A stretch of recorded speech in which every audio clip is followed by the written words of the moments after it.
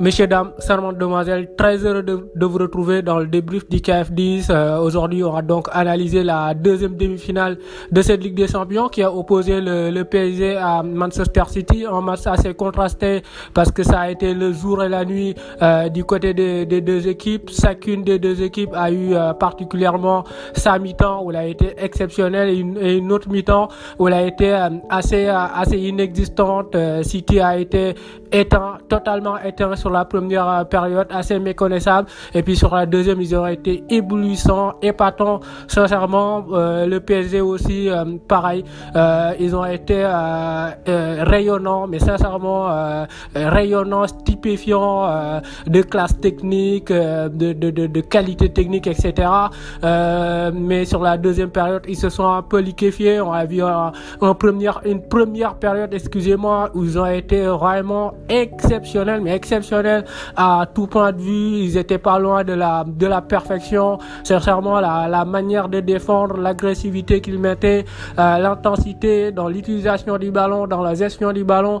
On a vu des séquences de jeu assez bluffantes. On a vu vraiment Neymar, Verratti, Di Maria nous régaler par des gestes techniques assez incroyables, les combinaisons dans un moussoir de poste, dans des espaces assez restreints, était absolument ingénieux. Moi, je me suis régalé sur la première période. Ils ont fait des misères à cette équipe Citizen, une équipe Citizen qui a été méconnaissable parce qu'ils ont tout simplement pas existé. Ils ont une possession relativement je vais même pas dire relativement, c'était stérile, stéréotypé, pas de prise de risque, les prises de décision n'étaient pas convaincantes. Ils ont joué avec le frein en main, mais voilà, derrière seconde période, ils explosent tout, ils reviennent avec d'autres intentions, ils sont plus pertinents, plus conquérants, plus agressifs, meilleur pressing, etc.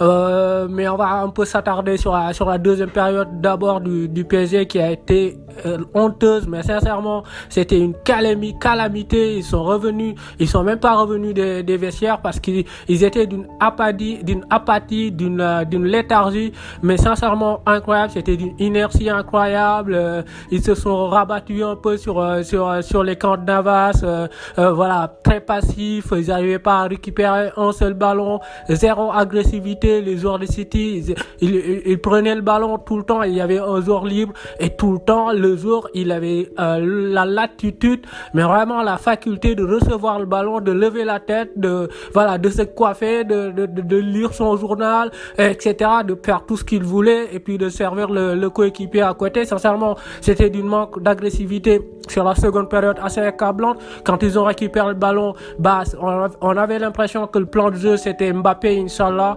On lançait Mbappé dans la profondeur, et sincèrement, la prise en charge de Mbappé aujourd'hui, c'était exceptionnel de la part de Ruben Dias, Walker Stones et consorts. Le mec, il a pas existé, il a pas tiré une seule fois au but. Non, mais on a vu une version Ligue 1 sur la seconde période, un PSG qui se liquéfie un peu, un PSG qui perd un peu ses nerfs, qui perd son calme, sa lucidité à partir du moment où les choses ne tournent pas rond de son côté. On les a vus péter les plombs, on les a vus un peu montrer des signes de nervosité où ils sont sortis un peu de leur match. Ça a commencé avec Paredes qui vient et qui découpe de façon assez maladroite absolument tout, et puis derrière ça fait ce coup franc, ça donne ce coup franc absolument magnifique de Mahrez. Paredes, c'est dans la dislocation du mur, il est complètement fautif, parce que voilà, moi je veux bien, t'es un guerrier, tu vas tout le temps au combat, mais à un moment faut prendre sur soi ces arts de ballon là. T'as pas le droit de fuir un ballon comme ça quand il te dit être un guerrier. Derrière, t'as aussi Neymar qui perd les plombs, qui prend un carton, et puis Gay qui maîtrise pas son geste et qui affreusement va aller un peu découper, on va le dire, assassiner un peu Gundogan et derrière carton rouge. Non, mais sincèrement, à chaque fois le PSG, parce qu'on a loué un peu leur progrès sur le plan mental, sur le plan psychologique, etc., dans la gestion des émotions. Mais il faut pas oublier que face au Barça, ils avaient l'avantage. Face au Barça, ils ont gagné ils ont une avance conséquente à l'aller et puis au retour, ils ont subi. Mais voilà, ils avaient l'avantage. Il y a pas de souci. Face au Bayern aussi, sur le deuxième match, ils avaient l'avantage. Mais à chaque fois que l'avantage leur est défavorable, on a l'impression que les mecs, ils perdent un peu leurs nerfs, ils perdent absolument tout, ils perdent leur football. Tu vois un Neymar qui se chamaille, qui se querelle avec les joueurs adverses, Paredes qui oublie que c'est un joueur de football, qui découpe tout, qui va aller se mettre dans des querelles absolument inutiles, etc. Ils perdent un peu tout leur football et ça c'est assez dommageable sur ce point de vue-là. Il faudra évidemment qu'ils progressent là-dessus. Il y a eu beaucoup de choses, beaucoup d'aspects sur lesquels ils ont progressé, mais franchement dans ces genres de situations, de conditions, vraiment c'est difficile pour toi, t'es dos au mur. Sincèrement, faut avoir beaucoup plus de personnalité, beaucoup plus de calme, et c'est là où le Real est une équipe assez remarquable dans ces conditions-là. Les mecs, c'est quand ils sont dos au mur qu'ils sont les plus dangereux. Ils gardent leur calme, ils gardent leur sérénité, et derrière ça te permet de débloquer des situations assez incroyables. Mais sincèrement, du côté du PSG, là aussi c'est une axe de progression à travailler pour Mauricio Pochettino. De l'autre côté, magnifique Manchester City sur la seconde période. Première période, ils ont essayé un peu.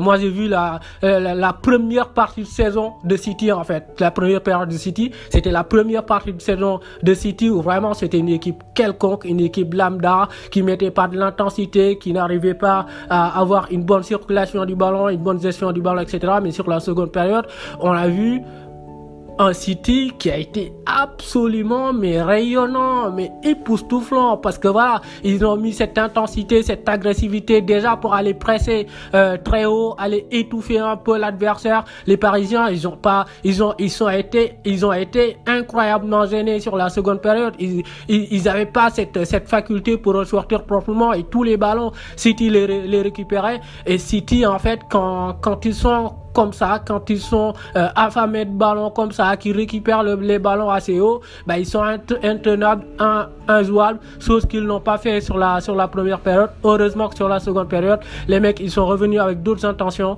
Je crois que les murs ont dû gronder dans les vestiaires du Parc des Princes, parce que j'aimerais bien écouter le discours de Guardiola et ce qu'il leur a dit. Mais sincèrement, la deuxième période a été magnifique. De Bruyne, absolument magnifique, c'est un génie. On va pas s'attarder sur lui. Riyad Mahrez, sa patte gauche, moi je suis amoureux, totalement sous le charme. Ça m'épate, ça me fait bander. Sincèrement, ça m'a rappelé, son coup franc m'a rappelé un peu celui face au Nigeria. Dernière seconde, le mec, il porte ses couilles, excusez-moi du terme, et voilà, il amène sa nation en finale de Coupe d'Afrique des Nations. Aujourd'hui encore, le coup franc, c'est peut-être ce coup franc-là qui va amener Manchester City vers sa première finale de Ligue des Champions. Sincèrement, le ballon d'or africain cette saison, il lui est dévolu, et il l'attend les bras grand ouverts. Gros match de Bernardo Silva. Non, mais sincèrement, collectivement et individuellement sur la seconde période, ça a été assez exceptionnel. Sincèrement, gros avantage d'ici en prévision du match retour, et on sera là pour le débriefer. Allez, portez-vous bien, prenez bien soin de vous. C'était un peu tout pour le débrief d'aujourd'hui. On se retrouve très bientôt pour une nouvelle analyse.